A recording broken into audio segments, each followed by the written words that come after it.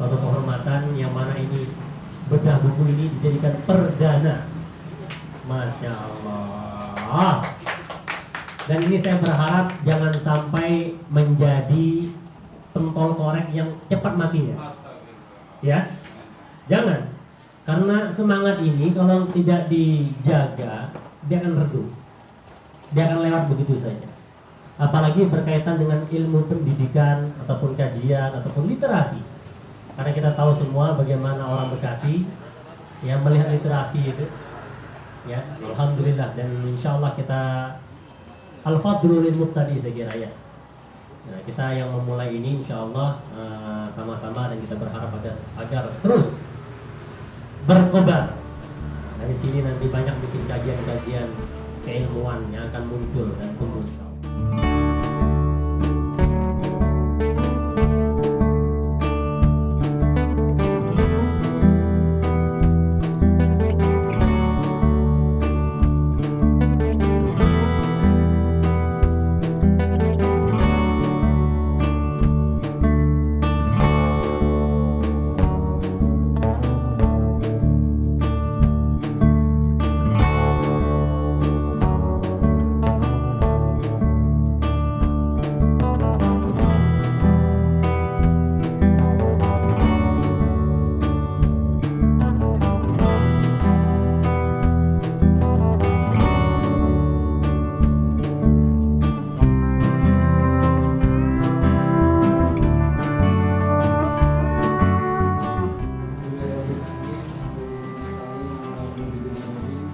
Wassalatu wassalamu ala asrofil anbiya'i wal mursalin Sayyidina Muhammadin wa ala alihi wasallam amma ba'du. Lupa juga kita panjatkan puja seperti syukur kita kepada Sang Hyang Rabbi Allah Subhanahu wa taala, dan kepada sang bagi dan guru besar kita Nabi Muhammad SAW, karena pada hari ini, pada sore hari ini kita bisa sama-sama berkumpul dalam acara bedah buku pemikiran pendidikan Kiai Haji Nur Ali yang ditulis oleh Al-Mukarram Al-Muhtaram Al-Ustadz Al-Fatah. Hingga acara yang selanjutnya adalah sambutan daripada panitia sekaligus tuan rumah founder literasi kopi kepada yang terhormat Al-Mukarram Al-Muhtaram Haji Amin Idris, kepadanya yang bersilakan. Salam Muhammad. Allahumma shalli wa sallim alaihi. Alhamdulillah. Assalamualaikum warahmatullahi wabarakatuh. Waalaikumsalam warahmatullahi wabarakatuh. Hari ini saya mendapat kehormatan dikunjungi saudara-saudara saya yang hebat-hebat, baik-baik. Dari segi usia saya tua oleh Bang Imron, tapi ini mudaan cuman lebih hebat lah. Dari sisi keilmuan salut luar biasa saya. Yang kedua, pertemuan ini digagas oleh wartawan muda Dede Rosadi. Dia yang ngomporin saya, kita bikin. Saya sih nurut aja lah, nurut aja. Buku ini ditulis Ustadz Fatah, dan kebetulan saya menerbitkannya 2 tahun lalu ya Ustadz ya. Sudah terlepas, terjual 1000 eksemplar. Masih ada di tangan penerbit itu sekitar 400. Buku ini bagus sebagai buku pertama pemikiran Kiai Haji Nur Ali yang ditulis. Tapi kalau kita mau bedah dari pikiran-pikiran yang berkembang tentang pendidikan Kiai Nur Ali, masih banyak. Saya cuman bersama Deros pengen menstimulus ini. Ayo kita hidupkan kembali pikiran-pikiran yang baik, apa yang sudah dikembangkan oleh guru kita, bahwa kita nggak berhenti di satu titik, tapi kita pengen hidup terus berkembang. Sifatnya ilmu itu begitu. Nah, hari ini Ustadz Patan sudah ada di kita, Ustadz Bayu, Ustadz Maki, nanti Ustadz Lukman. Silakan kalau sudah dibaca buku ini, saya yakin betul banyakkan yang kurangnya. Saya kira Pak Patan juga sama saya pernah ngomong, kalau beliau nanti ngambil S3-nya akan menulis yang linear, ini menjadi basicnya. Dan masih banyak, saya Patan bilang saya masih banyak sekali serpihan-serpihan itu yang digali. Mudah-mudahan nanti sampai kepada cita-cita itu. Nah, sebelum ke situ, saya kira hari ini kita dengarkanlah beliau, mudah-mudahan ada manfaatnya. Ini dibangun, literasi kopi saya bangun, pengennya memang untuk ini. Hari ini yang pertama nih Ustaz Bayu nih. Insya Allah habis ini ada satu buku yang sedang dicetak. Yang dicetak In Memoriam Kiai Haji Nur Anwar. Habis ini ada lagi buku yang masih diproses, diedit. Ini Pelangi Guru Literasi. Pelangi Guru Literasi ini tulisan guru sekolah dasar yang gado-gado lah. Tapi dirangsangnya dunia literasi, ya kita sambut sebagai sesuatu yang kita dukung juga dari sini. Habis ini menjelang Ramadan, schedule-nya ada orang Batak berpuasa. Itu udah diminta oleh Baharudin Aritonang, mantan anggota Dewan, mantan anggota BPK. Dia udah WA kita. Sebelum bulan puasa saya mau datang ke sini. Kita ngobrol soal buku saya katanya. Dia kirimlah bukunya ke saya. Artinya dunia ini memang masih kosong. Sehingga ketika kita mulai banyak orang yang tertarik. Mudah-mudahan ada manfaatnya. Mana tadi pembawa acaranya? Sebagai pengantar dari saya cukup sekian. Yang paling inti nanti kita diskusi bersama-sama. Kalau jamuannya nanti rebus-rebusan, ya ini modelnya memang beginilah insya Allah. Ada kopi, ada air panas, ada susu. Ya, ada apa aja, ya kita nikmatin aja gaya kampung. Terima kasih. Assalamualaikum warahmatullahi wabarakatuh. Guru kita ini, senior kita, founder dan owner Literasi Kopi, Bang Haji Ahmed Idris, beserta kawan-kawan dari berbagai profesi yang sudah hadir di sini. Penulis buku Pemikiran Pendidikan Kiai Haji Nur Ali, Ustaz Al-Fathan, dan narasumber juga. Kemudian narasumber kedua ada Bang Lukman Al-Hakim, kemudian Bang Maki, insyaallah. Hadir juga ini sahabat kita, mana Pak Bakti? Masuk. Pak Dewan kita udah hadir juga, alhamdulillah. Mudah-mudahan nanti kita bisa berdiskusi lebih jauh lagi. Teman-teman sekalian, biar umum aja kita sapanya teman-teman. Mohon maaf Abang Guru. Teman-teman sekalian, hari ini sore ini kita hadir di sini dalam rangka diskusi dari sebuah karya yang cukup mengharukan bagi kita tentunya, dan insya Allah nanti akan dipaparkan sebagian dari isi buku ini. Saya pribadi sudah pernah ikut acaranya waktu diadakan PPIKA periode lalu ya, Pak. Tapi waktu itu justru narasumbernya bukan penulisnya, saya ingat. Jadi ada guru Jabar, guru masjidnya dan lain sebagainya lah. Nah, kemudian kita dapat buku ini, alhamdulillah sudah kita baca dan memang menarik karena selama ini kalau berbicara tokoh Al-Makfurlah Kiai Haji Nur Ali, Bapak Kiai Haji Nur Ali, pahlawan nasional. Bangku satu itu. Nah, ini yang nasional nih. Ini termasuk tokoh yang dibilang juga figur kunci, baik bagi Al-Makfurlah Kiai Nur Ali maupun Kiai Haji Nur Ali. Silakan masuk Guru, mohon izin. Nah,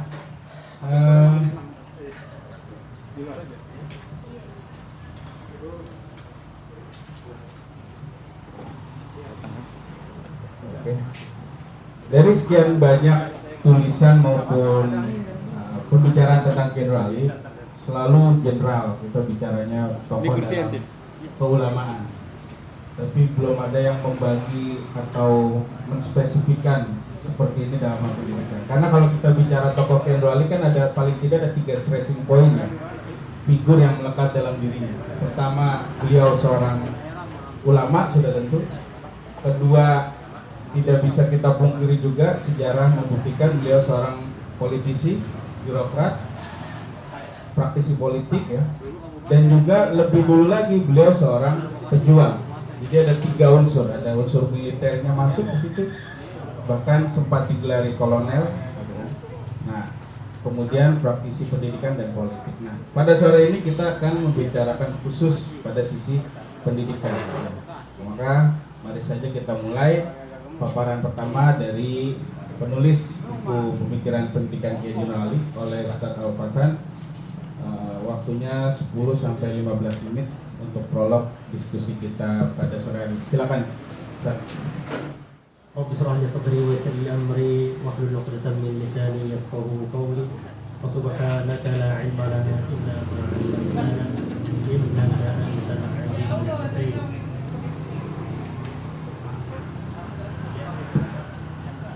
Baik.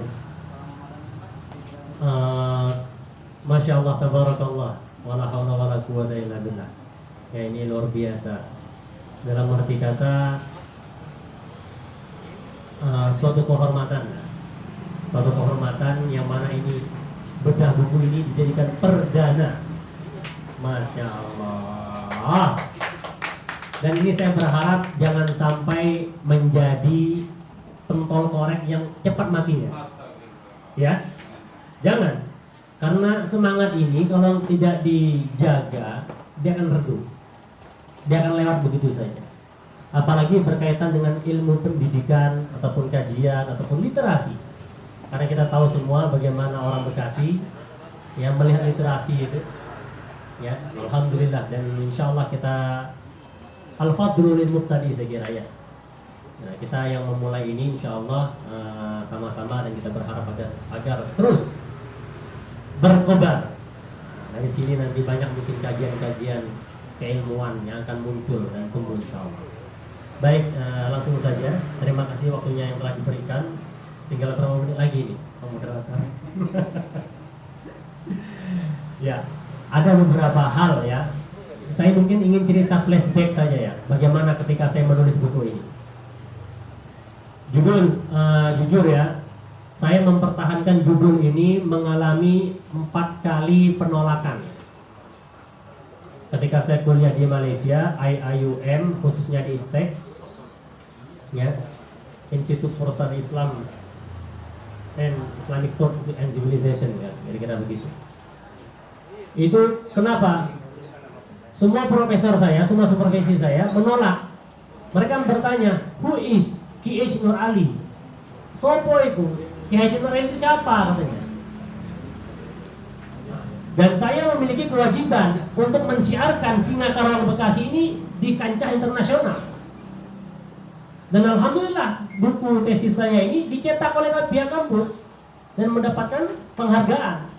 Dalam arti kata ada salah satu tokoh nasional kontemporer bisa dikatakan, ya, dan itu memiliki 3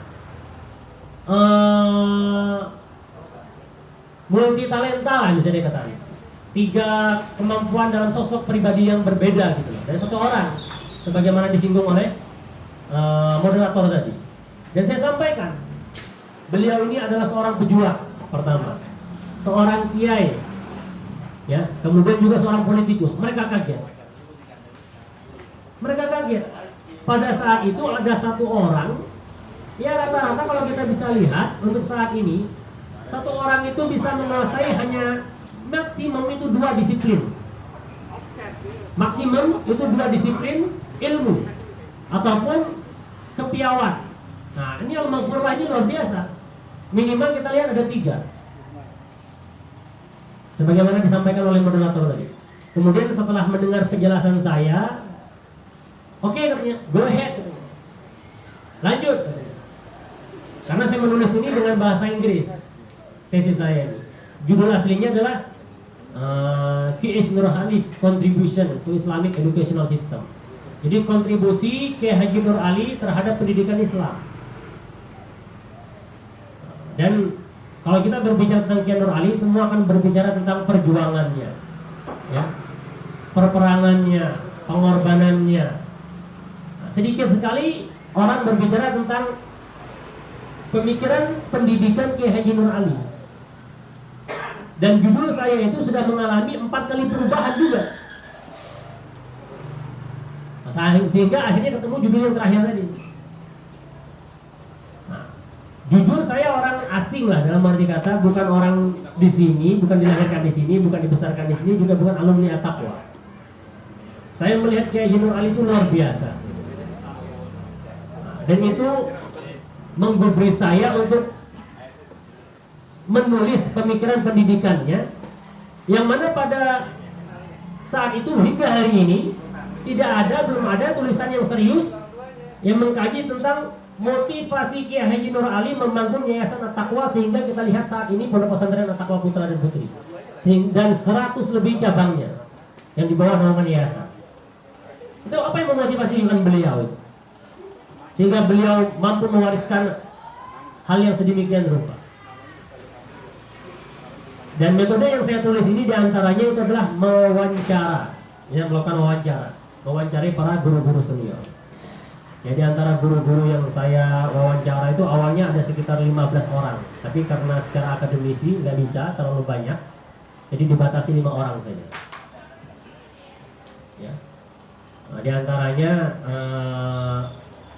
Ma'ali Samsudin, guru Ma'ali Samsudin ya. Itu udah sepuh-sepuh itu saya wawancarai, dan beliau memberikan beberapa paper lah, beberapa tulisan ya, makalah beliau, dan beliau mengatakan saya hanya menukil apa yang beliau sampaikan. Hingga hari ini kita belum tahu secara pasti kapan ulang tahun At-Taqwa Putra. Hingga hari ini.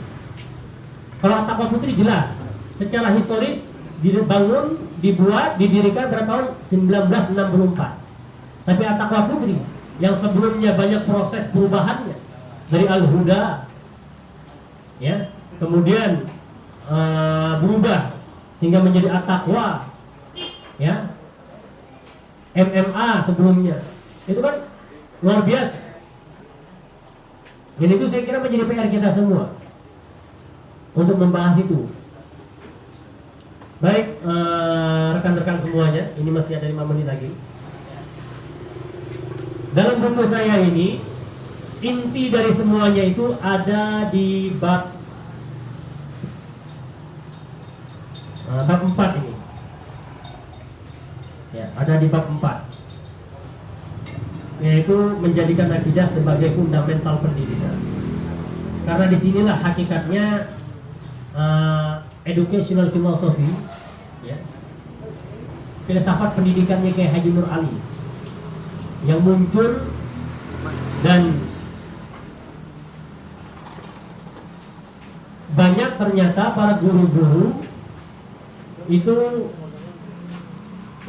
bahkan alumni ya, kalau kita pengen jujur, itu meninggalkan nilai-nilai ini, nilai-nilai ini. Dan Masya Allah, tabarakallah ya, ketika saya menemukan manuskrip pada tahun 1980, awal tahun ya, tahun 1980-an, pas 80, ini beliau telah membuat salah satu istilahnya pembekalan untuk semua guru-guru. Semua guru-guru yang akan mengajar di pondok maupun di seluruh sekolah yayasan.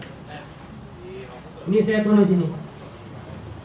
Ada beberapa pesan beliau, ya. Apa saja yang perlu dikasih, kognitifnya apa saja yang perlu diberikan. Ini kurang lebih ada sekitar 13. Ya. Di antaranya melatih dan membiasakan melaksanakan syariat Islam dari yang wajib, sunnah, dan mubah, serta membiasakan menjauhkan yang dilarang oleh Allah Subhanahu wa Ta'ala. Ini fundamental sekali selaku seorang muslim, apalagi beliau selaku seorang kiai. Dan beliau juga dalam manuskrip itu menjelaskan, membagikan tentang apa itu arti ataupun tujuan daripada ta'lim, mengajar, dan juga tujuan daripada pendidikan tarbiyah. Beliau sebutkan tujuan dari mengajar adalah untuk menghasilkan manusia yang pintar. Ini mengajar secara kognitif, pintar. Adapun tarbiyah, pendidikan, beliau menyampaikan adalah untuk menghasilkan orang yang benar, the righteous one, orang yang benar, orang yang soleh. Itu adalah tarbiyah, pendidikan. Jadi kalau pendidikan kita saat ini Indonesia secara nasional tidak mampu menghasilkan orang yang pintar, dalam arti kata maaf, orang yang benar, soleh tadi, ya hanya diisi kognitif saja, ya sah-sah saja, ya adabnya tidak ada, imannya tidak ada, ya tambah pintar, ya pintar ngakali, ya pintar ngakali. Ini untuk membentuk pendidikan itu adalah orang yang benar ataupun yang soleh sehingga mereka dapat hidup bahagia. Masya Allah. Ini penekanannya. The happiness life. Kehidupan yang penuh bahagia. Karena kita tahu banyak juga orang yang profesor sekalipun tidak bahagia hidupnya. Berpendidikannya luar biasa, tapi dia nggak bahagia. Dengan ilmunya tidak mampu menghantarkan dia kepada kebahagiaan. Bahagia dan bermanfaat di dunia ini dan di akhirat. Nah ini Masya Allah, sebagaimana tertuang dalam doa sapu jagat ya. Rabbana atina fid dunya hasanah wa fil akhirati hasanah wa qina adzabannar. Ini kuat sekali. Ya, fundamental tentang filsafat pendidikan Kiai Haji Nur Ali. Kemudian beliau juga menekankan di situ faktor dalam pendidikan. Sukses atau tidaknya dalam mendidik santri, ya, para murid, itu beliau memberikan 5 faktor di dalam manuskrip itu. Dan beliau meletakkan faktor yang pertama itu adalah faktor ubudiyah, yaitu ibadah.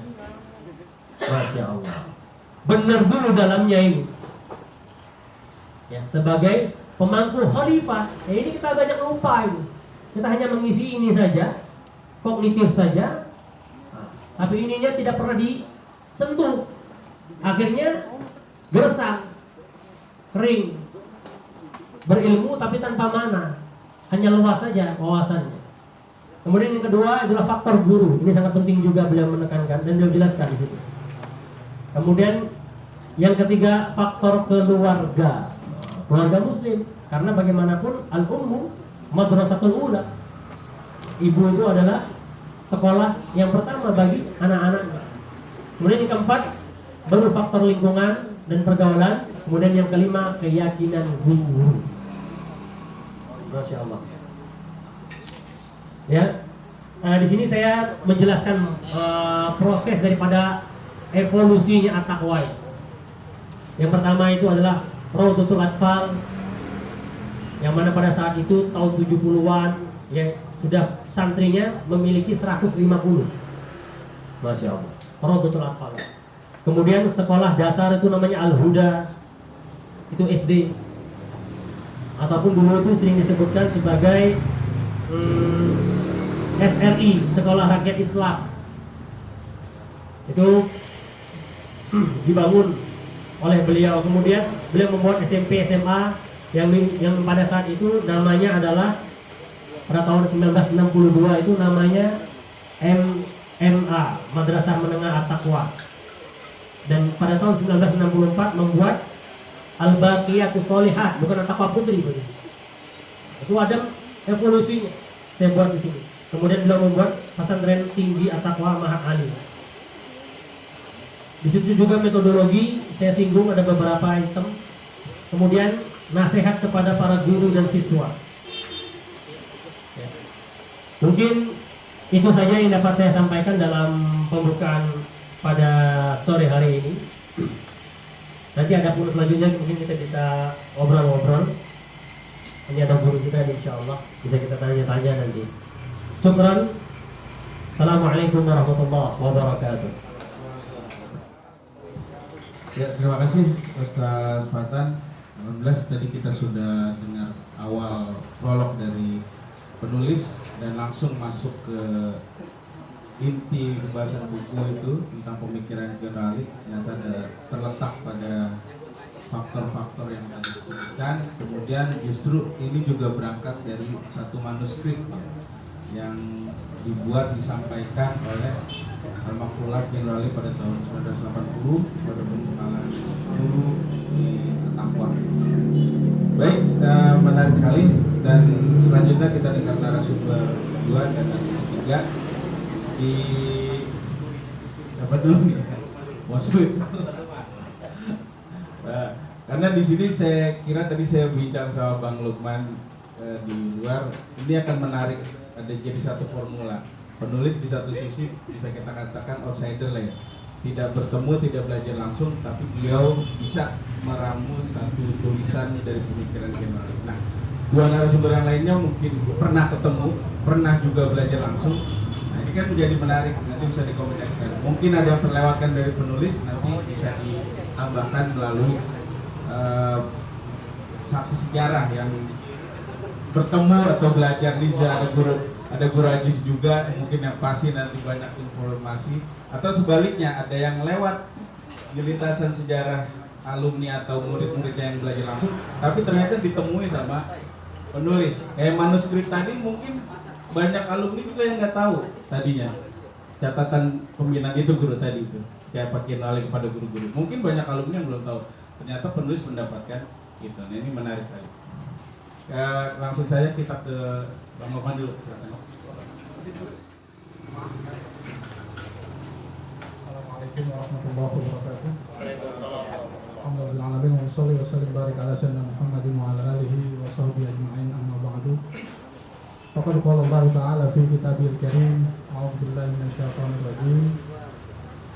Bismillahirrahmanirrahim. Falaula nafara min kulli firqatin minhum ta'ifatun liyatafaqqahu fid-din wa yunziru qawmahum idza raja'u ilaihim la'allahum yahzarun. Wa qala Nabi sallallahu alaihi wasallam sayyidul qawmi khadimuhum. Wa qala aidan al-mu'minul qawiyyu ahabbu wa afdalu indallah khairun wa afdalu indallah minal mu'minid dhaif, ya. Atau kama qala Rasulullah sallallahu alaihi wasallam. Yang saya hormati, ini guru kita ya, guru besar kita. Saya berguru sama guru Haji Abdul Aziz, ini yang saya hormati ya. Semoga selalu diberikan sehat walafiat guru kita, juga guru saya juga ini. Ya, masa depan saya ini baru pulang kuliah langsung diantar ke pos kota grup. Saya banyak berterima kasih kepada Abang Haji Abdul Aziz, semoga beri keberkahan ya. Ini sebetulnya apa namanya, Haji Fatan ini anaknya guru saya juga yang berjabat ya. Jadi gimana pun juga ini guru kita juga. Kita hormati tinggi-tingginya dan juga kita berterima kasih kepada Gus. Masih banyak sini ya, ada Ustadz Bayu ini justru yang apa namanya lebih apa namanya original, ini yang MPD ini ya. Kalau saya yang magister dakwah, jadi kedalinir sebetulnya. Saudara Haji Ibrahim Nasibulan ini ya, yang lama nongkrong di ya M2 Media ya. M-nya bukan Haji Muhammad tapi Moh Media. Banteng Media. Ya, saudara Haji Mati ya, para guru-guru, para dosen, para haji. Oh ya, Bapak Haji Padewan ya, Pak Haji Bakti ya. Semoga para hadirin, saudara Deros ini yang telah berterima ya undang saya ini, Pak Haji ya. Semoga saya berikan kesempatan. Terima kasih banyak. Alhamdulillah, wassalatu wassalamu ala Rasulillah, amma ba'd. Jadi rumah ini sebetulnya yang pertama saya tidak asing ya, saya sering kemari, sering waktu pulang kuliah itu sering diarahin ya, baru sampai Jakarta ini kemana arah saya. Jadi rumah ini saya kira langkah dari 1000 langkah yang kami lakukan, bersyukur alhamdulillah, semoga diberikan keberkahannya. Jadi saya kira begini ya, ini bicara, saya menarik ini literasi sebetulnya, literasi kopinya yang menarik. Saya kira kalau di Mesir itu kan banyak apa namanya, banyak fakta-fakta ya, banyak kedai-kedai yang memang melahirkan melahirkan revolusi yang ada di Mesir pada waktu itu sebelum sebelum terjadi katakanlah itu ya pergolakan pemikiran ke politik yang baru-baru ini terjadi ya. Jadi kajian-kajian menarik pada waktu itu saya kira muncul dari forum-forum seperti ini. Jadi saya kira tambah lagi Indonesia sekarang muncul ada literasi buku, literasi ekonomi, literasi banyak. Jadi saya kira tapi menarik itu literasi kopi.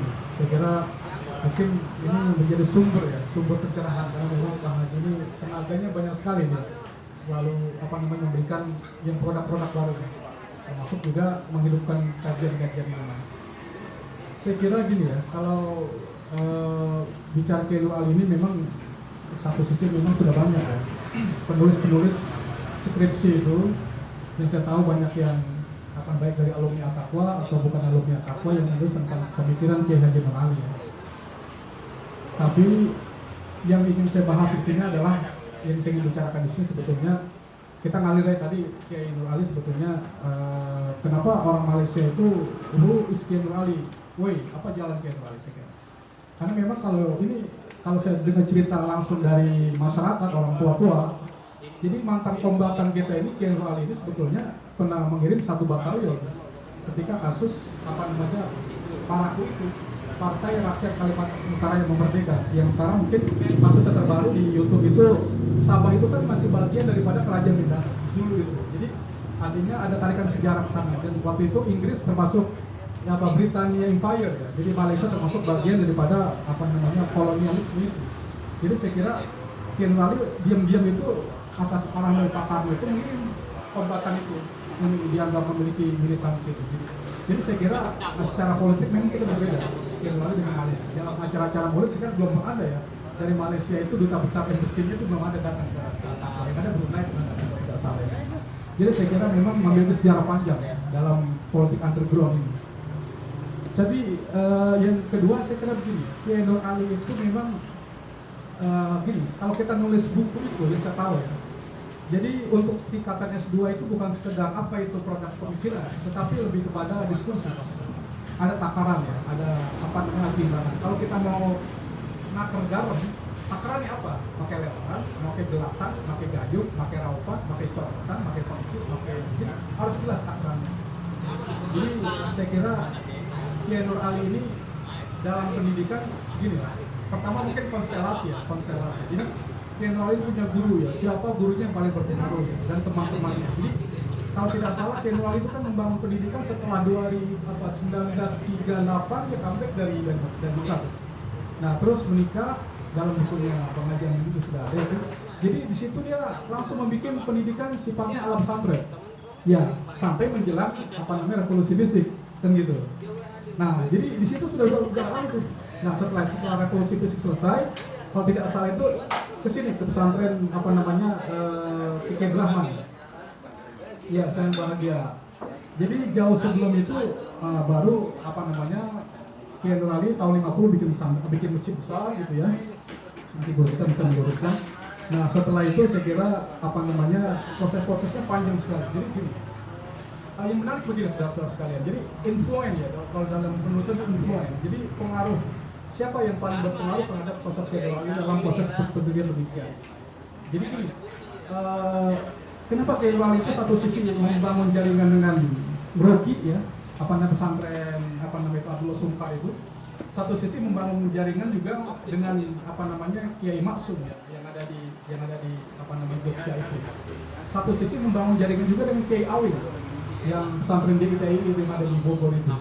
Satu sisi membangun jaringan juga dengan Kiai Soleh Tubagus Sulaiman Banten, Serang Banten. Jadi maksud saya kalau dalam buku Watak Sisul jadi Kiai Nur Ali itu eklektik. Jadi semangatnya diambil Nuruki, hafal Qur'annya diambil dari Kiai Jogja, qiraatnya diambil dari dari Serang Banten, Kiai Soleh itu, Kiai Makmun itu.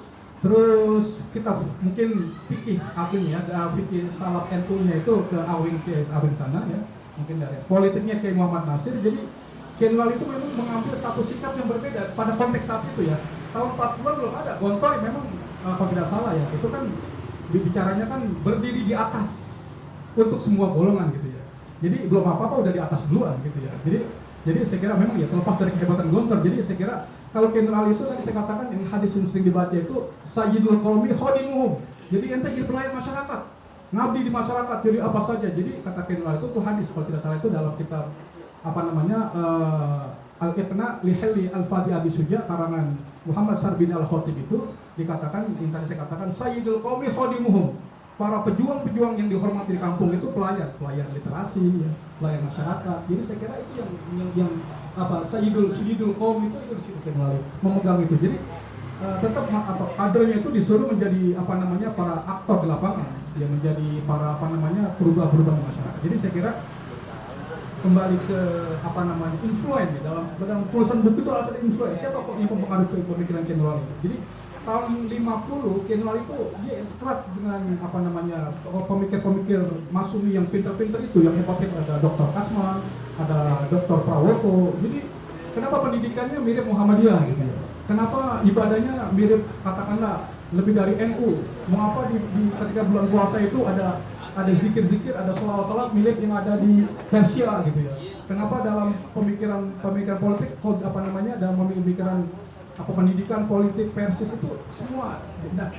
Kalau saya kira pada waktu itu mungkin berbeda. Jadi apa namanya kita sudah bersahabat ya dengan pemikiran Khomeini ketika alumni At-Taqwa yang waktu kampanye P3 membawa bendera Khomeini ditahan oleh Kodim, Kenur Ali langsung manggil Pak Tri itu. Jadi saya kira memang Khomeini tidak dipojokkan. Semangatnya Khomeini, ibadahnya NU, pendidikannya Muhammadiyah, politiknya Persis. Jadi saya kira inilah mungkin yang memang sikap apa namanya desain ya. Jadi kalau buku ini kan saya kira hanya apa ya produk pendidikan At-Taqwa.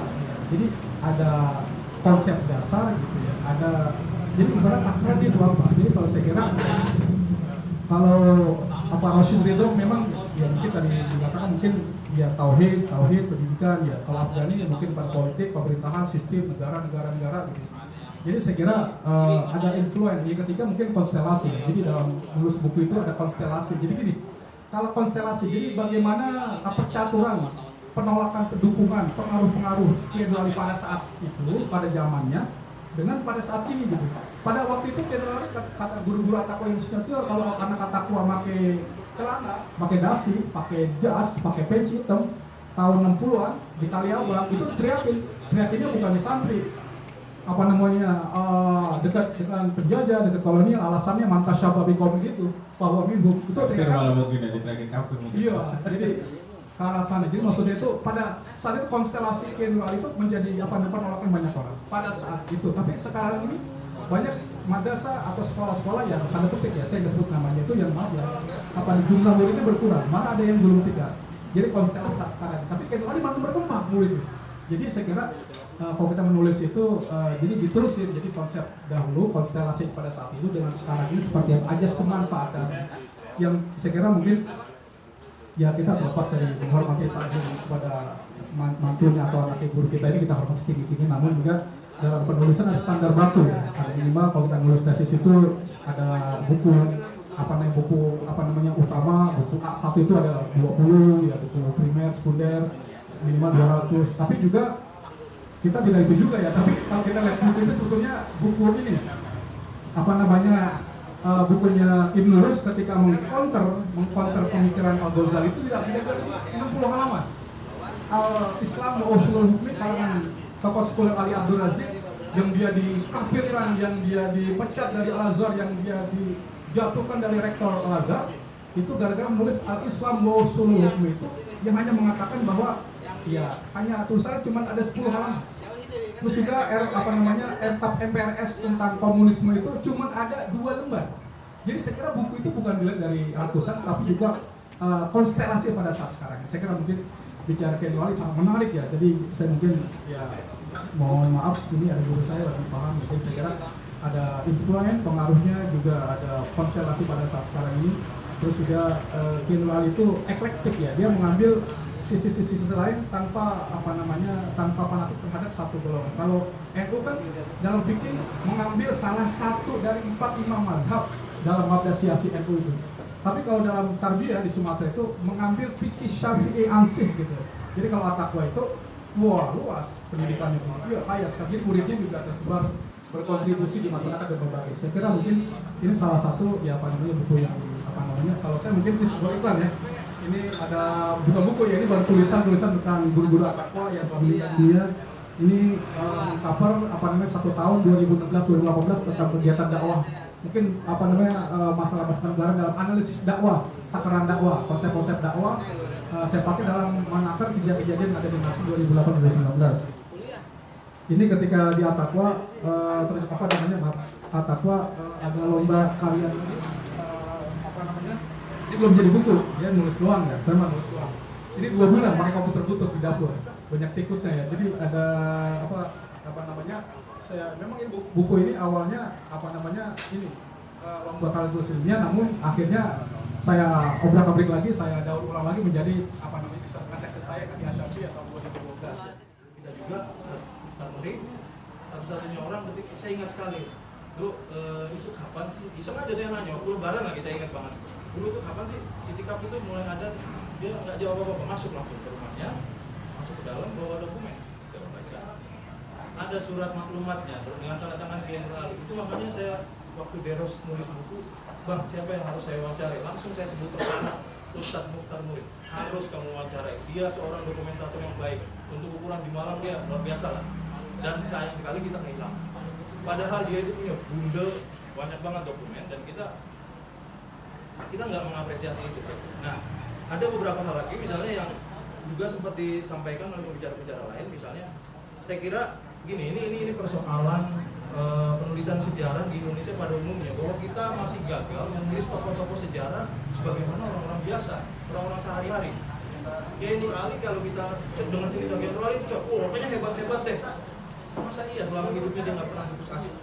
Masa iya selama hidupnya dia nggak pernah menemui halangan, misalnya sampai nangis-nangis? Nah, kita nggak pernah dengar cerita-cerita gitu yang membuat orang itu merasa, oh tokoh sejarah juga manusia kayak gua, mungkin gua bisa kayak dia, terinspirasi gitu lah. Justru saya kira, nah ini tapi ini problem penulisan sejarah pada umumnya di Indonesia. Kita itu nulis tokoh sejarah udah kayak malaikat. Nggak ada kayak nggak boleh ada dosanya, nggak boleh kelihatan putus asa. Saya misalnya, saya tidak banyak membaca tentang biografi Nabi Muhammad, tapi ada satu biografi Nabi Muhammad yang menurut saya sangat memikat, ditulis justru oleh Karen Armstrong. Karen Armstrong itu bisa menuliskan biografi Nabi Muhammad, bagaimana menunjukkan Nabi Muhammad putus asa ketika berdakwah, tapi kemudian karena ada satu kejadian, dia terinspirasi. Justru saya merasa ketika Nabi Muhammad dituliskan dengan cara manusiawi seperti itu, saya lebih terpesona. Oh ternyata dia sama kayak kita, pernah mengalami frustrasi, tapi ketika kemudian nemuin pemicu baru gitu. Justru itu saya kira.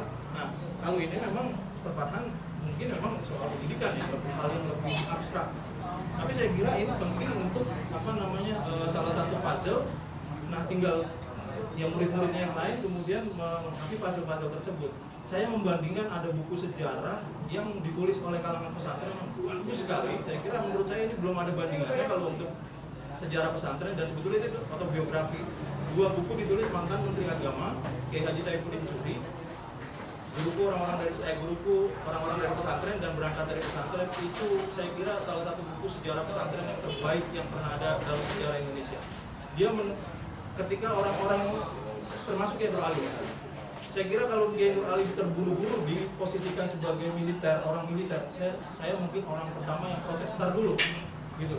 Kalau baca penelitiannya Robert Fripp misalnya, peneliti Australia, mengatakan justru sebaliknya, ketika Kiai Nur Ali mengangkat senjata, itu Kiai Nur Ali waktu itu berposisi sebagai laskar yang justru kadang bisa bertentangan sama tentara, bahwa dia kemudian dikasih penghargaan dan lain sebagainya itu setelah revolusi di akhir-akhir 1950-an, tapi sebelumnya justru beberapa kali misalnya tentara Hizbullah itu ikut bentrok juga sama TNI, karena apa? TNI itu kan ya tugasnya yang ngikutin perintahnya Soekarno, yang nandatanganin perintahnya Presiden, perintahnya Perdana Menteri, yang nandatanganin perjanjian sama Belanda dan sekutu. Sementara Kiai Nur Ali bagian dari orang yang nggak setuju dengan penandatanganan perjanjian itu, yang menurut dia merugikan. Jadi nanti dulu kalau dia buru-buru diidentikan dengan militer, saya mungkin orang pertama, jangan dulu. Ada buktinya nggak bahwa kemudian dikasih penghargaan? Ya, tapi nanti dulu. Pertama semangat ini justru sebaliknya ketika konteksnya pada saat itu ya.